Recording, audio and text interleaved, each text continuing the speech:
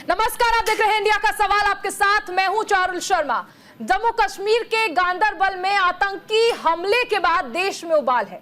आतंकियों की इस कायराना हरकत पर देश में सियासत गर्मा गई है।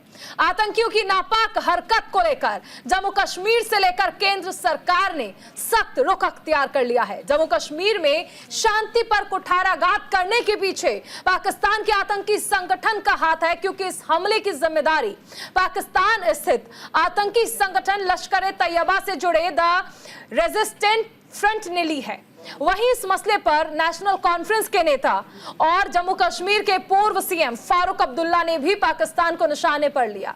उन्होंने साफ कहा कि जम्मू कश्मीर को किसी भी सूरत में पाकिस्तान नहीं बनने देंगे। ऐसे में पाकिस्तान के नेतृत्व को समझना होगा कि ये नया हिंदुस्तान है। जन्नत ने अमन में खलल डालने की पाकिस्तान की किसी भी हरकत का भारत अब मुंहतोड़ जवाब देगा। इस मसले पर हम आज चर्चा करेंगे। हमारे साथ मेहमानों का एक बड़ा पैनल भी जुड़ेगा, लेकिन उससे पहले देखिए ये रिपोर्ट।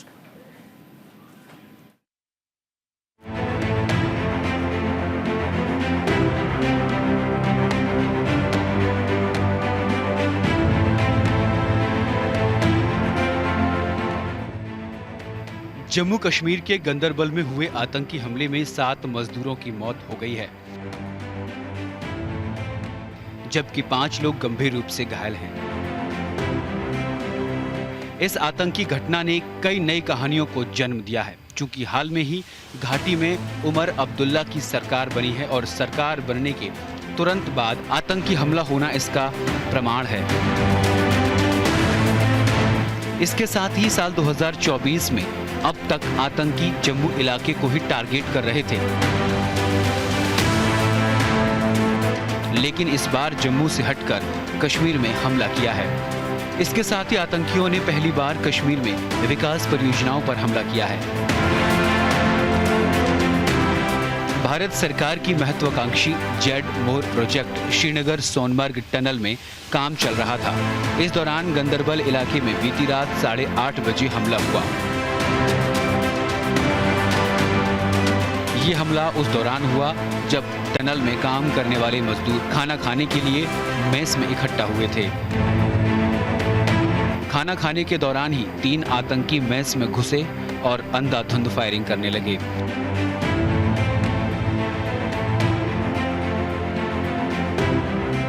जब तक मजदूर कुछ समझ पाते, तब तक आतंकी अपना काम करके वहां से फरार हो गए।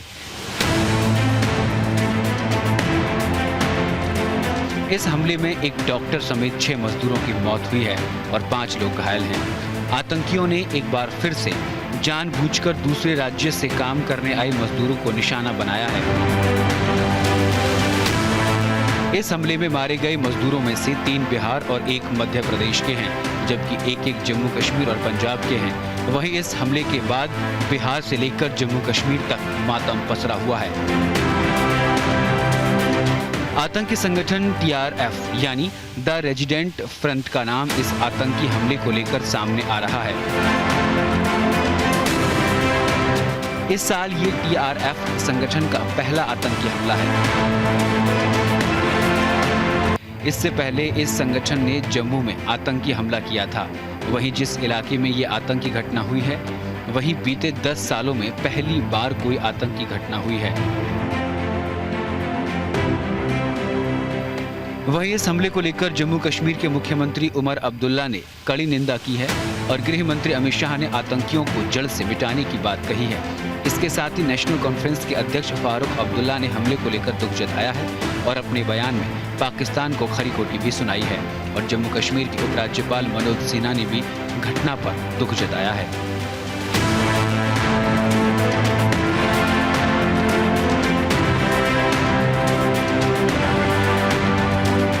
बहुत ही दुर्भाग्यपूर्ण घटना हुई है।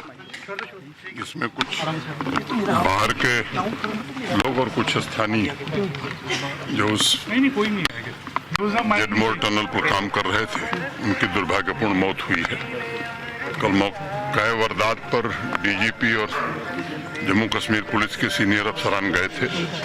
मैं खुद भी आज स्किम्स में घायल लोगों को देख के आया हूँ और अभी एक मृतक परिवार से व्यक्तिगत रूप से मिला। सुरक्षा बलों को पूरी आज़ादी दी गई है और मैं उम्मीद करता हूं कि जल्द ही जिन लोगों ने इस दुर्भाग्यपूर्ण घटना को अंजाम दिया है केवल उसकी निंदा नहीं बल्कि उनको उनके मुकाम तक पहुंचाया जाए, ये जरूर जम्मू कश्मीर पुलिस करेगी। मैं पाकिस्तान के हुक्मरानों से ये कहना चाहता हूं, अगर वो सचमुच हिंदुस्तान से दोस्ती चाहते हैं तो फिर ये बंद कीजिए। कश्मीर पाकिस्तान नहीं बनेगा, नहीं बनेगा, नहीं बनेगा। हमें मेहरबानी करके इज्जत से रहने दीजिए, तरक्की करने दीजिए। तब तक आप ये हम लोगों को मुसीबत में डालते रहेंगे। 47 से आपने शुरू किया, कबाली भेजे, बेगुनाहों को मरवाया, क्या पाकिस्तान बना? जब ये 75 साल में पाकिस्तान नहीं बना, आज कैसे बनेगा? देखिए, मुझे बहुत दुख लग रहा है कि आतंकवाद जैसे बहुत गंभीर मुद्दे पर तू मैं की बहस आम आदमी पार्टी कर रही है। और जहां तक आतंकवाद का घटना जिसके विषय में आपने पूछा है, माननीय गृह मंत्री श्री अमित शाह जी ने आज बताया भी है कि दिस इज अ डास्टर्डली एक्ट, ये बहुत ही घिनौना हरकत है, कुकृत्य है, और आप सब ने मीडिया में भी दिखाया है। मुझे लगता है आम आदमी पार्टी के इस स्तर पे हम खिंच के चले जाएं कि आतंकवाद पे तू मैं करें तो हमारे और उनके बीच में कोई फर्क नहीं रहेगा। तो इसलिए I choose to ignore what Aam Aadmi Party spokesperson Saurabh Bharadwaj is saying. Kashmir is an integral part of India, और किसी को भी बाहर का कह देना इतने आसान से कि लोग बाहर के हैं, अंदर के हैं, मुझे लगता है हमें इन शब्दों से अपने आप को दूर रखना चाहिए। हर कोई भारतीय है। लेकिन ये पहली बार हुआ है जब आतंकियों ने सरकार के विकास परियोजनाओं पर हमला किया है। इसके साथ ही इस हमले में लोकल और अन्य राज्यों के लोगों को टारगेट किया गया था। ये हमला आतंकियों ने सरकार के मनोबल को तोड़ने और लोगों को डराने के इरादे से किया। लेकिन सवाल ये है कि पिछले 10 सालों से जिस जम्मू कश्मीर में अमन वापस लौट आया था, उसी जम्मू कश्मीर में अब माहौल बिगाड़ने की कोशिश कौन कर रहा है? Bureau report, news India. चलिए, मेहमानों का एक खास पैनल हमारे साथ जुड़ गया है। चर्चा की शुरुआत करते हैं। उससे पहले हमारे जो खास मेहमान हैं उनका तारुफ आपसे करा दूं। यश श्रीवास्तव कांग्रेस के प्रवक्ता हैं, हमारे साथ जुड़ गए हैं। डॉक्टर हिमांशु शुक्ला बीजेपी का पक्ष रखेंगे, बीजेपी के प्रवक्ता हमारे साथ जुड़ गए हैं। अश्वनी हांडा है, प्रवक्ता हैं डीपीएपी के। इसके साथ ही retired group captain BN Jha रक्षा विशेषज्ञ के तौर पर हमारे साथ जुड़ गए हैं। रिटायर्ड ब्रिगेडियर विनोद दत्ता रक्षा विशेषज्ञ के तौर पर हमारे साथ जुड़ गए हैं। मैं सबसे पहले आपके पास आना चाहूंगी बीएन झा साहब। सबसे पहले हम आपसे ये समझना चाहेंगे कि इस वक्त जो हम स्थिति देख रहे हैं, नई सरकार के बनते ही आतंकियों का ये कायरतापूर्ण हमला क्या दर्शाता है? चारों जी नमस्कार। देखिए, इसको जो भी हुआ है इसको शायद मेरे ख्याल से सरकार से जोड़ना उचित नहीं होगा। जो कश्मीर में आतंकी गतिविधियां चलती आ रही हैं जी, ये आज की नहीं है, ये दशकों की है और इसको लोग झेल रहे हैं। हाँ, एक चीज जरूर हुआ था, धारा 370 जाने के बाद इसकी जो संख्या है, जो नंबर ऑफ अटैक्स हैं, ये जरूर कम हुई हैं। जो पहले मौतें हुआ करती थी, आम लगभग हम लोग रोज के हिसाब से देखते थे, वो कम हो गई हैं। लेकिन अभी हाल के कुछ महीनों में या कुछ साल में इसमें जरूर बढ़ोतरी हुई है और कश्मीर घाटी में खास करके जो वारदातें थी काफ़ी कम हुई थी। अभी जैसे जुलाई में कुपवाड़ा में हुआ था, वहीं पे और भी 2-3 घटनाएं हुई हैं। नायक दिलावर मारे गए थे, राइफलमैन रोहित राठौर मारे गए थे और अभी ये कल को हुआ है। तो देखिए, घटनाएं चल रही हैं वहाँ पे। ये जो आइसोलेटेड ही घटनाएं हैं, लेकिन वो चल रही हैं। जो एक मानसिकता क्रिएट की जा रही है, फियर साइकोलॉजी जिसको बोलते हैं, ये चल रहा है, इसमें दो राय नहीं है। लेकिन चारों, मैं आपको ये भी बताना चाहूँगा कि मैं कश्मीर में उन दिनों पोस्टेड था जबकि ये आतंकवादी गतिविधियाँ एकदम चरम पर थी। 19 जनवरी 1990 को जब ये उग्र रूप लिया था, मैं उसके कुछ ही दिन बाद में मेरी वहाँ पे पोस्टिंग हुई थी और मैंने वहाँ पे वो सब कुछ देखा है जो एक इंडियन को देखना एक शर्म की बात थी। हमने वहाँ पे मस्जिदों से वो जो लाउड स्पीकर से आवाज़ आती थी वो हमने सुनी है, रालेव सालेव या गालिब का वो नारा सुना है। तो ये सारी चीज़ें हमने देखी हैं वहाँ पे। हाँ, आज के दिन में चीज़ें बहुत कम हुई हैं। आज के दिन में धारा 370 हटने के बाद एक और चीज़ हुआ है कि आज के दिन में अगर केंद्र सरकार चाहे कि कोई एक कंट्रोल एक्सरसाइज करना चाहे, कोई एक्शन लेना चाहे आतंकियों पे या किसी और पे, तो वो डायरेक्टली ले सकती है। उसके लिए धारा 370 का वॉल आज के दिन में नहीं है। बस यही एक अंतर हुआ है।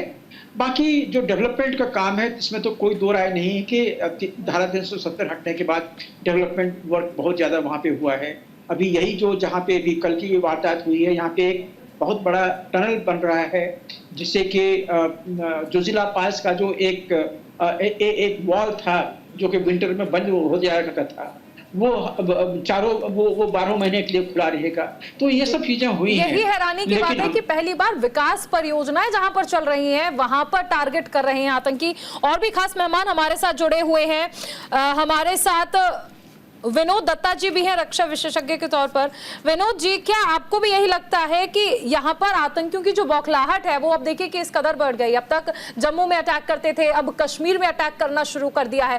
विकास की जो परियोजनाएं हैं उन पर टारगेट कर रहे हैं, यानी ये जो विकास है ये आतंकियों को रास नहीं आ रहा है।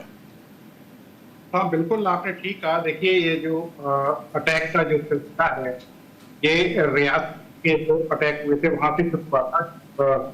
जम्मू कश्मीर की रियासत में ये इंतखाबात का अनाउंसमेंट हुआ, क्योंकि वो लोग नहीं चाहते थे कि कोई प्रक्रिया हो जिसमें कोई पीसफुल इलेक्शन हो।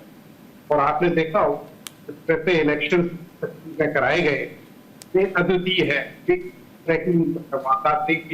रेगिंग नहीं की, कहीं से वोट वायलेंस देखी गई है।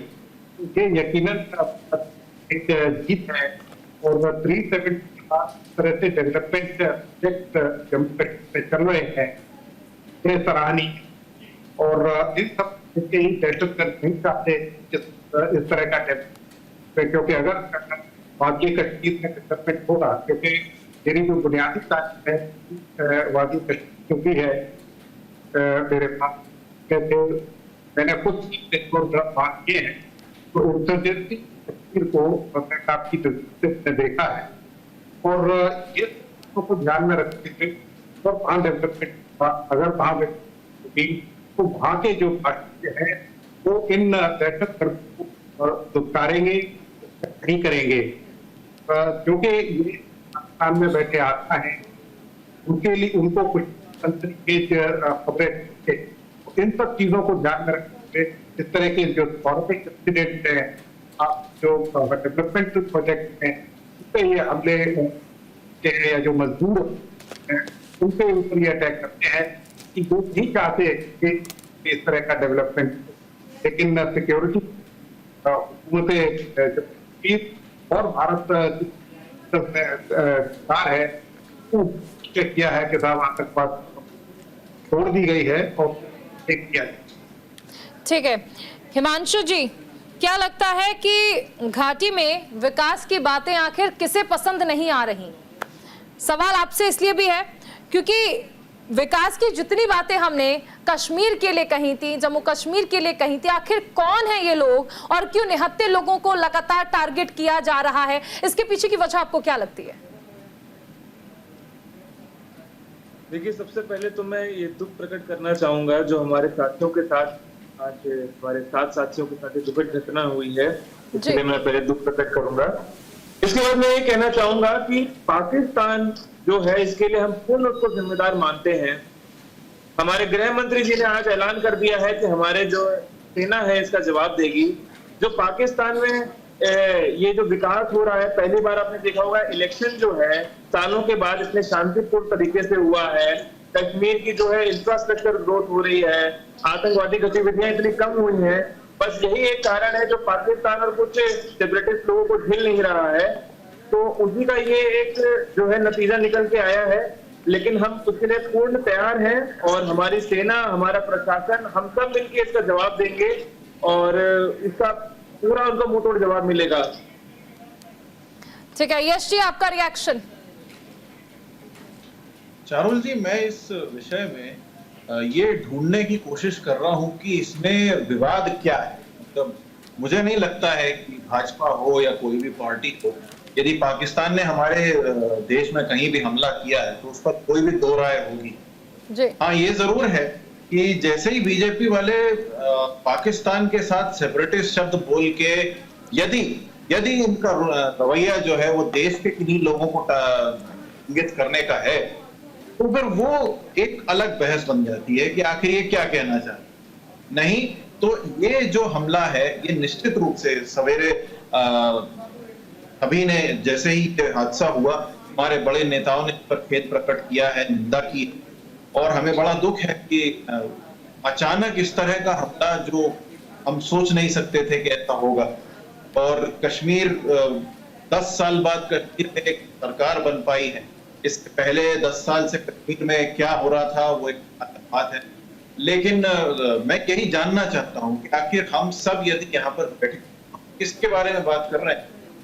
हाँ, ये जरूर है कि विकास का प्रोजेक्ट यदि इसको बोला जा रहा है तो हमें ये भी देखना पड़ेगा कि प्रोजेक्ट के बनने के बाद ये प्रोजेक्ट कितना टिकता है, क्योंकि NH-44 जो Jammu to Srinagar national highway declare किया गया था तो जुलाई 2023 में इस तरीके से बह गया था पूरा।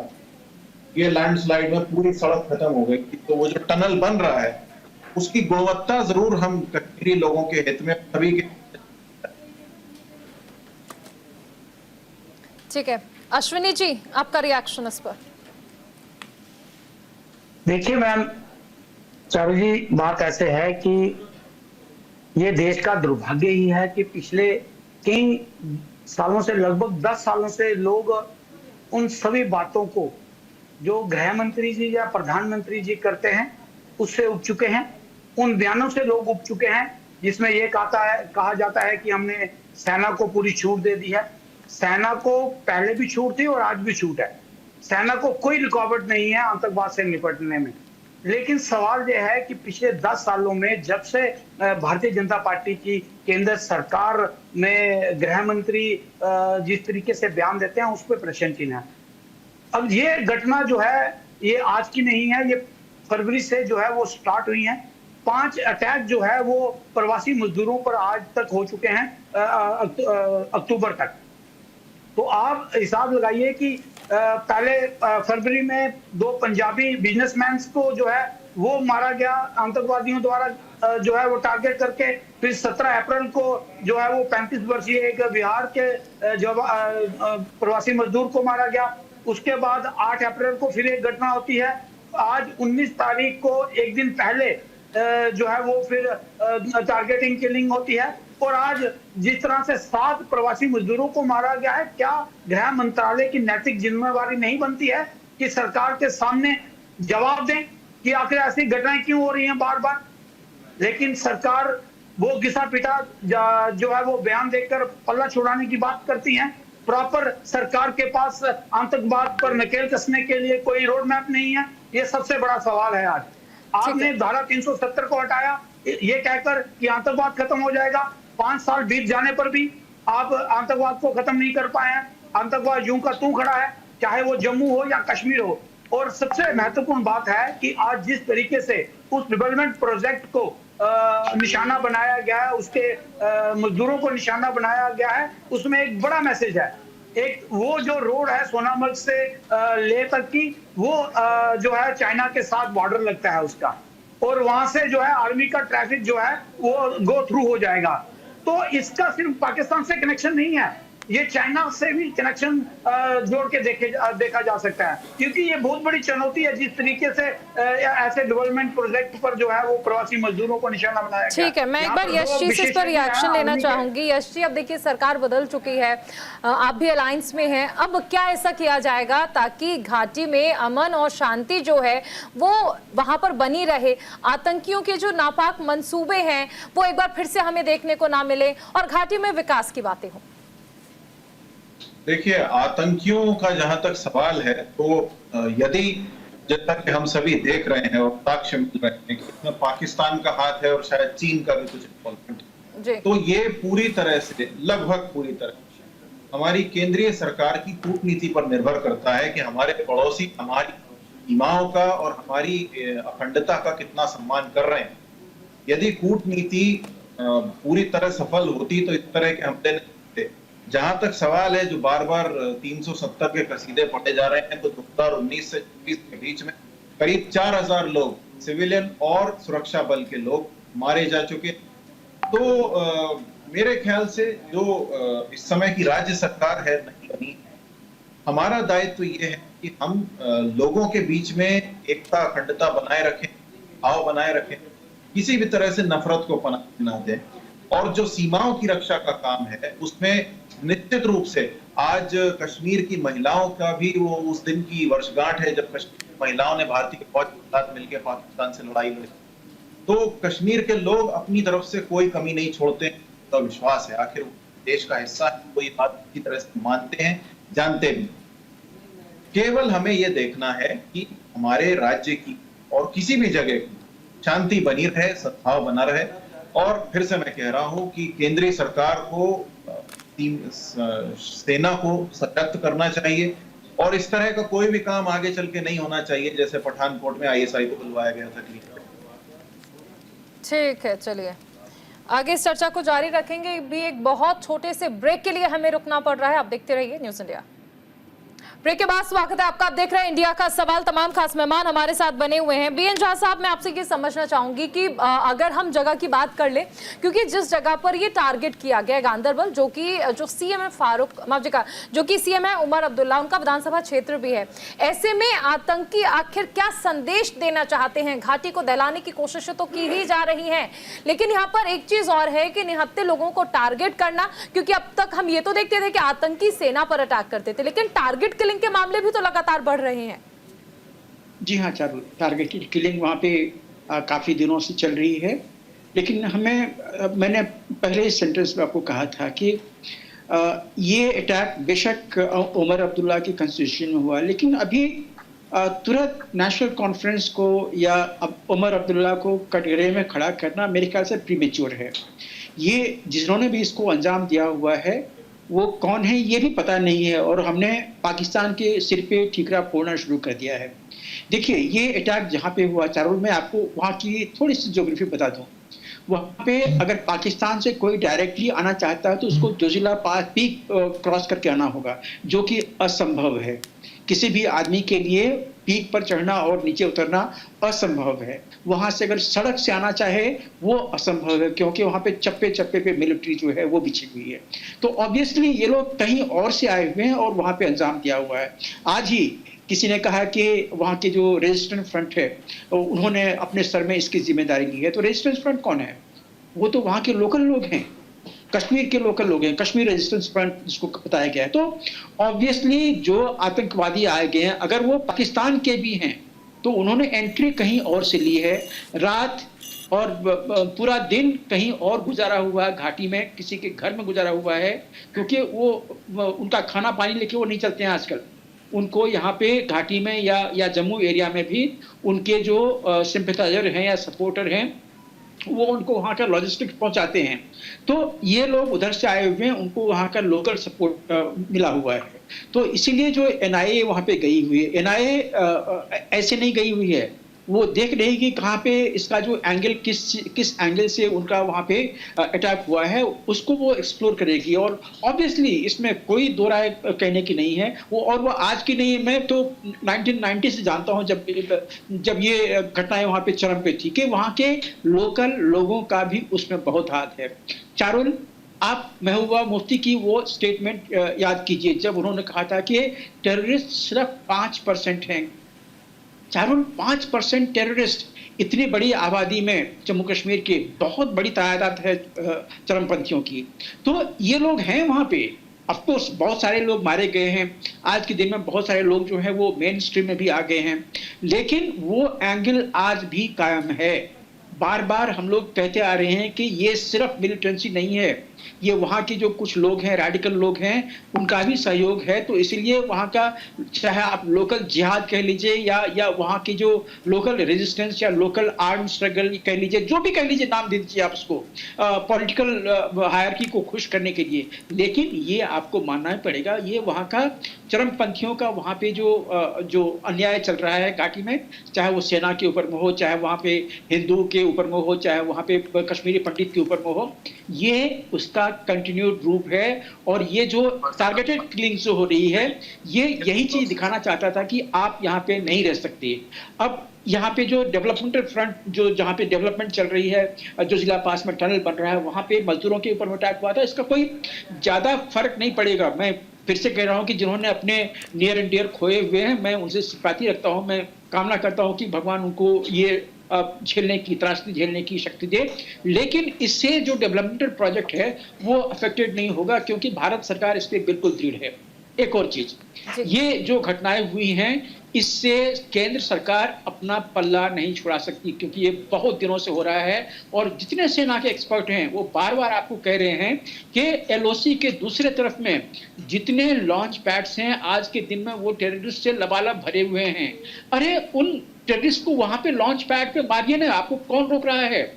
क्या आप इस चीज से डर रहे हैं कि जो मेमोरेंडम ऑफ अंडरस्टैंडिंग, जो एग्रीमेंट हुआ है सीज फायर का, वो ध्वस्त हो जाएगा? नहीं, वो एग्रीमेंट जो था वो सेना से था, टेररिस्ट के लिए नहीं था।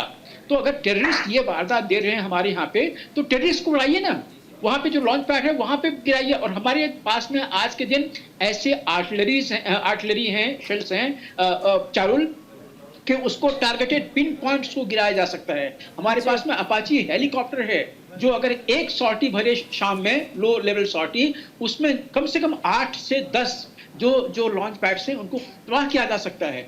लेकिन हम वो कर नहीं रहे हैं। मोदी जी ने कहा था बहुत पहले कि हमने सेना को खुली हाथ दे दिए। नहीं, सेना को खुली हाथ नहीं दी है। अगर सेना को खुली हाथ ये बड़ा बयान है आपका बड़ा बयान है। विनोद जी देखिए, झा साहब ये कह रहे हैं कि प्रधानमंत्री कहते हैं कि सेना को फ्री हैंड दिया हुआ है, लेकिन सेना को फ्री हैंड नहीं दिया गया है। और यही चीज देखिए बीजेपी लगातार कहती भी है। विनोद जी देखिए, पहली बात, फ्री हैंड इस टर्म को बड़ा लूजली इस्तेमाल किया जाता है। मैं वहां खुद रहा हूं। फील्ड कमांडर्स होते हैं, तो उनके लिए क्या परिस्थिति रहती है, क्या सर्कमस्टांसेस, क्या ऑपरेशन इम्परेटिव हैं, वो जो कमांडर है वो वहां डिस्कस करता है। कोई अगर इस तरह की वारदातें हैं, अब फ्री हैंड दे दिया गया है, मनमानी सिक्योरिटी नहीं करती हैं। आप देखा होगा ये ऑपरेशन चलते हैं, क्योंकि हम चाहते हैं कि जो असैनिक सिविलियंस हैं उनके ऊपर कोई अटैक आए हैं या बच्चे हैं, उनका जाए। भारतीय सैनिक है गोली लेना पसंद करेगा, क्या इसकी जो मतलब जो जिसका कुछ नहीं है वो फ्री हैंड की बात जो है, फ्री हैंड तो जो लोकल कमांडर्स है, टैक्टिकल लेवल पे हो चाहे स्ट्रेटेजिक लेवल पे, भी था आज भी है कि वो जो अपने दायरे के अंदर है उसको लेगा। जो हाँ ये नहीं कर सकता था मुझे गोली चला, तो ये बड़ा मैं स्पेसिफाई करना चाहता हूँ टर्म ये है कि साहब आप क्या गया है। पहले ऑपरेशन रहे हैं, पहले की स्ट्राइक हुई है, ऑपरेशन बियॉन्ड एनी टाइम पे ना, ये सब ठीक है। मैं लौटूंगी आपके पास। हमारे साथ और भी मेहमान हैं। हिमांशु जी देखिए, यहाँ पर अभी जिस तरह से झा साहब ने कहा कि फ्री हैंड देने की बात तो कही गई थी, लेकिन प्रॉपर तरीके से फ्री हैंड नहीं दे पाए। क्या आपको भी लगता है कि ये एक बड़ी वजह है जिस वजह से हम अभी भी देख रहे हैं कि टेररिस्ट अटैक होते रहते हैं? और खासकर अगर 2014 की बात कर ले तो उसके बाद से कई सारे अटैक हुए, पुलवामा अटैक, उरी अटैक, पठानकोट, गुरदासपुर, अमरनाथ, ये सारे अटैक्स क्या इसी वजह से कि सेना को फ्री हैंड अभी पूरी तरह से नहीं दिया गया है? ऐसा बिल्कुल भी नहीं है। मैं झा साहब से बोलूंगा कि 15 साल पहले जाके देखें कि जब जो 632 हमले सीज फायर के उल्लंघन होते थे, झा साहब इतने सीनियर आदमी हैं कि उन्होंने देखा होगा कि जब 702 और 632 हमले एक महीने में होते थे, आज जो है सिर्फ 2 सीज फायर वायलेशन है। मैं कुछ आंकड़े जो है मिनिस्ट्री ऑफ डिफेंस की तरफ से, होम अफेयर्स की तरफ से निकाले गए हैं, मेरे खुद के आंकड़े नहीं हैं। 2018 से 2023 के बीच के हैं। टेररिस्ट अटैक में 70% का कम आया है। पहले 228 अटैक हुए थे, अब 43 हुए हैं। इनकाउंटर 189 होते थे, अब वो 48 हुए हैं। सिविलियन कैजुअलिटी 55 होती थी, अब 13 हुई हैं। सिक्योरिटी पर्सनल्स को 91 मारे गए थे, अब 25 कैजुअलिटी हुई। सीज फायर 2018 में 370 हटाने के पहले 70 होते था, अब 2 हुआ है। जीएसडीपी जो है 1.12 लाख थी, अब 2.78 लाख है। तो 132 ऑर्गेनाइज स्ट्राइक्स होती थी, अब 0 होती हैं। तो ये जो है ये हमारी देन है। और झा साहब भी बोलते बोलते बोल तो गए हैं कि हमारे पास अपाचे हेलीकॉप्टर आए हैं, तो वो किसके राज में आने के बाद आए हैं, और भूल गए वो बात जब 1983 में इंदिरा गांधी जी के शासनकाल में वर्ल्ड कप जीतने के बाद पाकिस्तान जिंदाबाद के नारे लगते थे।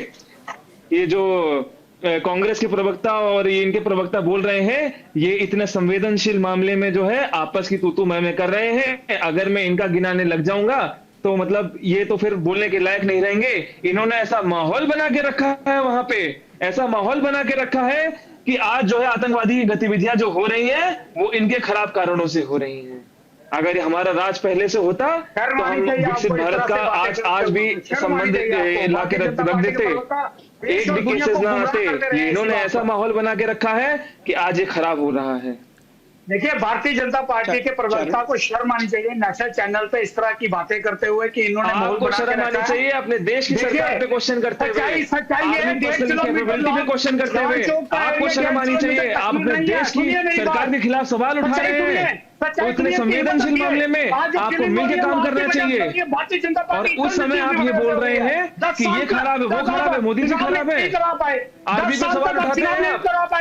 ये भारतीय जनता पार्टी की रणनीति है। आप जो इंफ्रास्ट्रक्चर हुआ है, आप लोगों ने क्या काम किया है आज तक? दिया है जो काम हो रहा है, जो इंफ्रास्ट्रक्चर हो रहा है वो इन 10 सालों में हुआ है, इससे पहले कभी नहीं था। और ये हमारे सेना के पर्सन लोगों ने बोल रखा है, और ये आज प्रूफ भी हो गया बातों में कि जो देन दी है वो हमने दी है, और जो गड़बड़ी कर रहे हैं वो आप लोग के चलते हुआ है। अगर आप लोग बढ़ावा ना दें, आप लोग इन सेपरेटिस्टों को बढ़ावा ना दें, तो आज देश में अगर चैन रहेगा। भारतीय जनता पार्टी की ट्रेन है, और भारतीय जनता पार्टी की जब हिमांशु जी, कश्मीर में हत्याएं होती रही हैं। ठीक ठीक ठीक। यश जी, आज आपकी खामोशी बहुत कुछ बयां कर रही है, क्या कहेंगे आप? क्योंकि आरोपों की एक झड़ी हिमांशु जी ने लगा दी है कांग्रेस पर। चारुल जी, मेरी खामोशी आपको क्या बयां कर रहे हैं नहीं जानता। और बीजेपी वालों का ऐसा है कि अगर ये कांग्रेस के नाम पर रोए ना तो इनका शायद पता नहीं गुजरेगा। ये हमें बता रहे हैं 370 के बाद सिर्फ अडानी ट्रेनिंग करने का लाइसेंस मिला है। और वो पाकिस्तान जिसकी दिन में 3 बार ये कमर तोड़ते हैं बैठ के, वो पाकिस्तान नेपाल के ट्रूप को ट्रेन कर रहा है। ये नेपाल का लड़का जिसको या तो भारत ने या अपने देश में ट्रेनिंग देनी चाहिए थी कि हमारी कूटनीति अच्छी होती, तो ये पाकिस्तान में ट्रेन कर रहा है। अब क्या गारंटी है कि कल को ये नेपाल का लड़का हमारे ही देश पर अटैक नहीं करेगा, जबकि नेपाल बिल्कुल दूसरी तरफ है। तो जिस तरह की कूटनीति बर्बाद करी है, अभी कुछ ही दिन पहले हमारे पाकिस्तान गए थे, उनके लिए गाना भी बना। तो हमें मत बताइए, हम आपका खोलने बैठेंगे पूरा खोल देंगे। मैंने शुरू में ही दिखा दिया था, इसको नेशनल हाईवे डिक्लेयर किया गया था, उसकी क्या हालत हुई है जरा से समय में। तो भ्रष्टाचार करें, ये कश्मीर के लोगों को बदनाम करें, ये इन्होंने कश्मीर के लोगों के साथ क्या किया?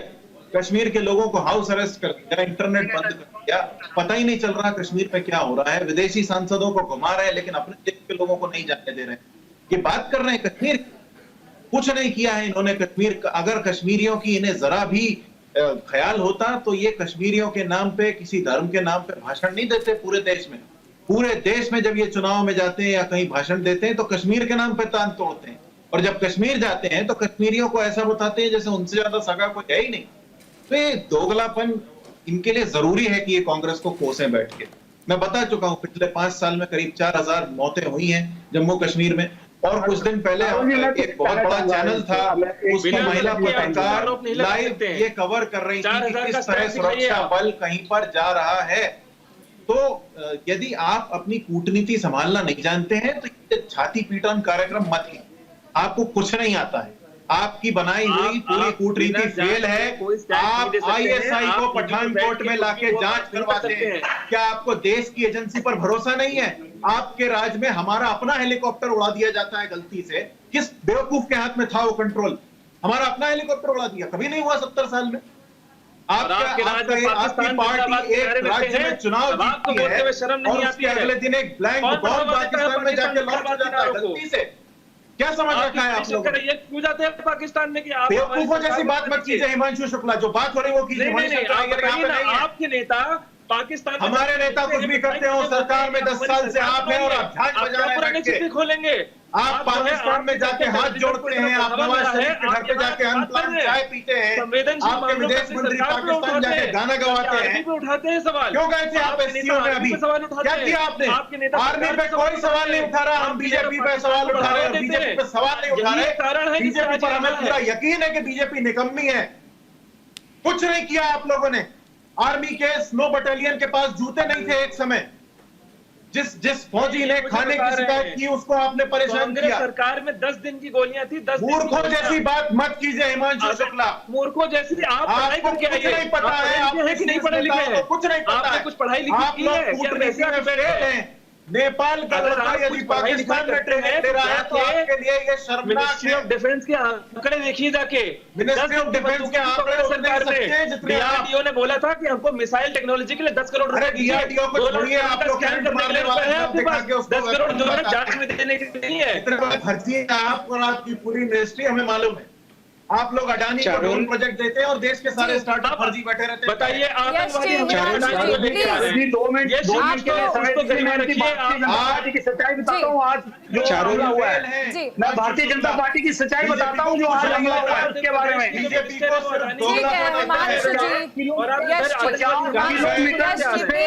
कॉस्ट्यूम पहन खड़े हो गए। ठीक है झा साहब, एक बार झा साहब कुछ बोलना चाहते हैं। झा साहब।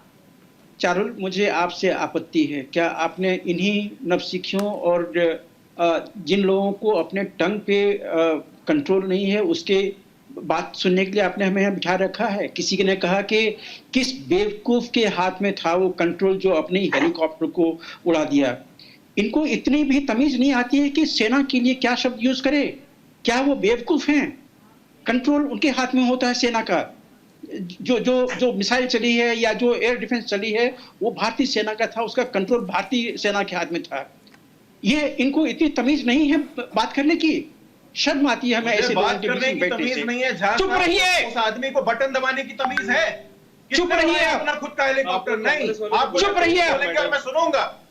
मैं आपका पूरे मन से सम्मान करता हूँ झा साहब, क्योंकि आप रिटायर्ड। प्लीज लेकिन आप ये नहीं बोल सकते। ये किसी की अकर्मण्यता है, मूर्खता है।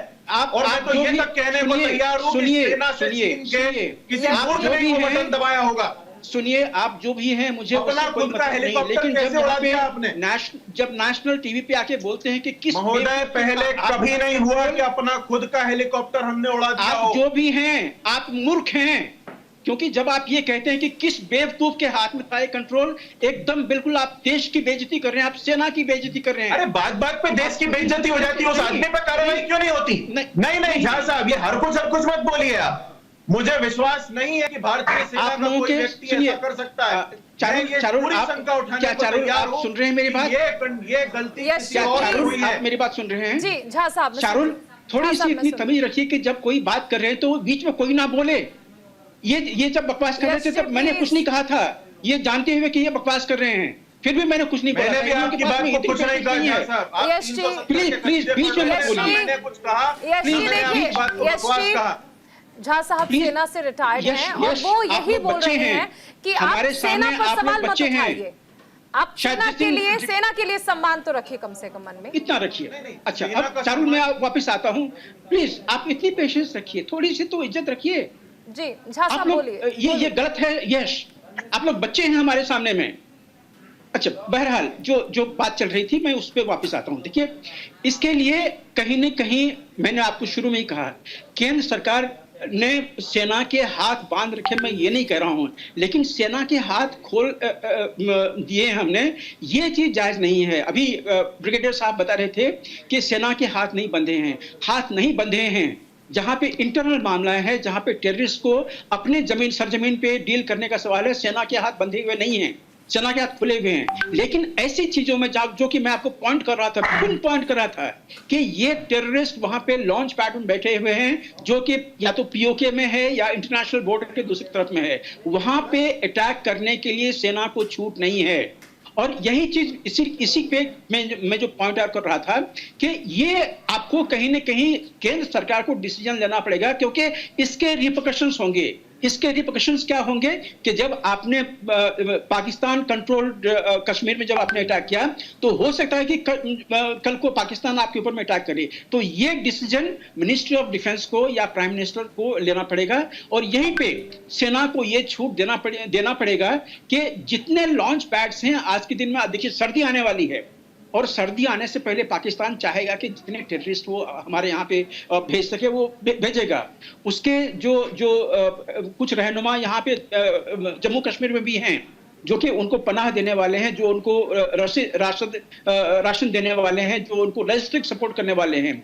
तो जब ये सब हम चीज जानते हैं, तो आज के दिन में वहां पे एक सरकार आई है, पुलिस उस सरकार के अंदर में है, उसको अपने सारे पुलिस तंत्र को काम में लगा के ये इंटेलिजेंस तो गैदर करना ही पड़ेगा कि वहां पे कोई पाकिस्तानी आके शरण ना ले, वहां पे छुपा ना हो और इस तरह का फिर अटैक ना करे। यहाँ पे झा साहब, मुझे लगता है कि जितना बड़ा चैलेंज आतंकियों को टारगेट करने का होता है कि आतंकी घाटी में कोई ऐसी घटना ना कर दे, उससे बड़ा चैलेंज ये भी है कि लोकल्स जब तक सपोर्ट करते रहेंगे, सेना के सामने तो चुनौती की दीवार बनी ही रहेगी। क्या कहेंगे आप इस बात पर विनोद दत्ता जी, कि यहाँ पर आतंकी तो है ही एक समस्या, लेकिन लोकल्स जो सपोर्ट कर देते हैं। अब यहाँ पर देखिए कि 1 महीने से रेकी की गई थी पहले, और उसके बाद इस घटना को अंजाम दिया गया, बैकडोर से आतंकी घुसते हैं। इस सब कुछ में किसने सपोर्ट किया? लोकल्स ने सपोर्ट किया। हाँ बिल्कुल, देखिए बिना लोकल सपोर्ट के कोई भी इंसर्जेंसी है या आतंकवाद है वो पनप नहीं सकता, क्योंकि उनको इस तरह के स्लीपर सेल्स चाहिए, उनको इस तरह के लोग चाहिए जो उनसे सिंपैथी रखते हैं या सिंपैथाइजर्स हों, क्योंकि लोकल इंटेलिजेंस, लोकल सपोर्ट उनको बहुत जरूरी है।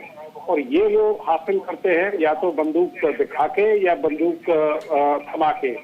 और जैसा पहले बताया था, झा साहब ने भी बताया था इसके बारे में, कि केवल 5 एक ऐसे डिस्ट्रिक्ट हैं जहां आतंकवाद अभी भी पनप रहा है या अपना थोड़ी बहुत एग्जिस्टेंस दिखा रहा है। बाकी ज्यादातर लोग वहां पुरअमन हैं, वो चाहते हैं कि शांति रहे।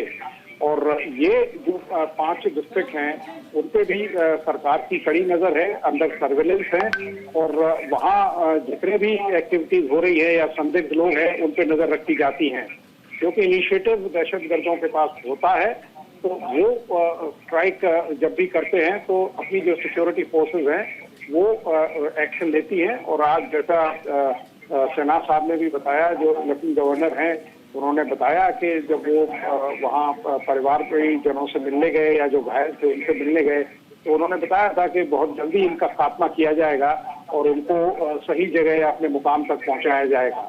तो ये जो कंसर्टेड एफर्ट्स हैं, और मैं आपको एक चीज और बता दूं कि जम्मू कश्मीर पुलिस के जो ऑपरेशंस है वो अब बहुत अच्छी और समन्वय तरीके से भारतीय सेना के साथ हो रहे हैं, क्योंकि एक जमाना था जब हम वहाँ थे तब जम्मू कश्मीर पुलिस पे भी कई बार सवालिया निशान लगते थे, लेकिन आज सिक्योरिटी फोर्सेस और जम्मू कश्मीर देखिए यहीं पे दत्ता साहब, यहाँ पर सबसे अहम चीज यही है कि जब गैर कुछ गलत करते हैं हमारे साथ तो दिक्कत नहीं होती है, जब अपने ही विरोध में खड़े हो जाएं तो फिर आखिर इंसान करे तो करे क्या। सेना के सामने भी यही चुनौती होती है कि आतंकियों को तो सेना चाहे तो पल में निपटा दे, लेकिन जब लोकल्स ही वहां पर खड़े हो जाते हैं तो सेना मजबूर होती है कि अपने ही लोगों पर तो गोलियां नहीं चला सकते। यश जी कुछ कहना चाहते हैं? जी यश जी।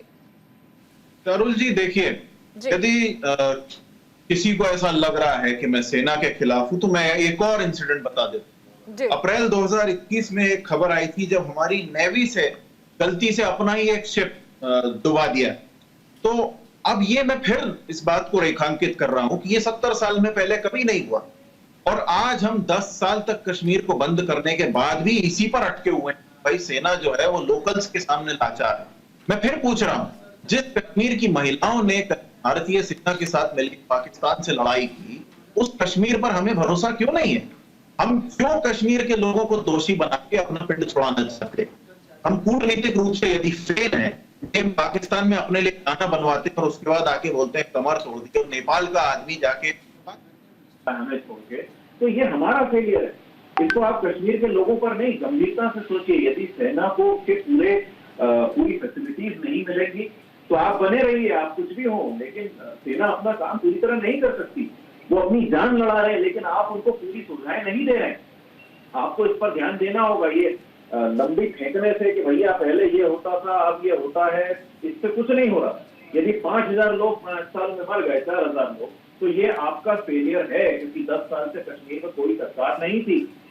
इस बात को समझना होगा, और हमें टिकाऊ इंफ्रास्ट्रक्चर भी चाहिए। मैं शुरू में ही दिखा चुका हूँ, पहले फिर दिखा देता हूँ।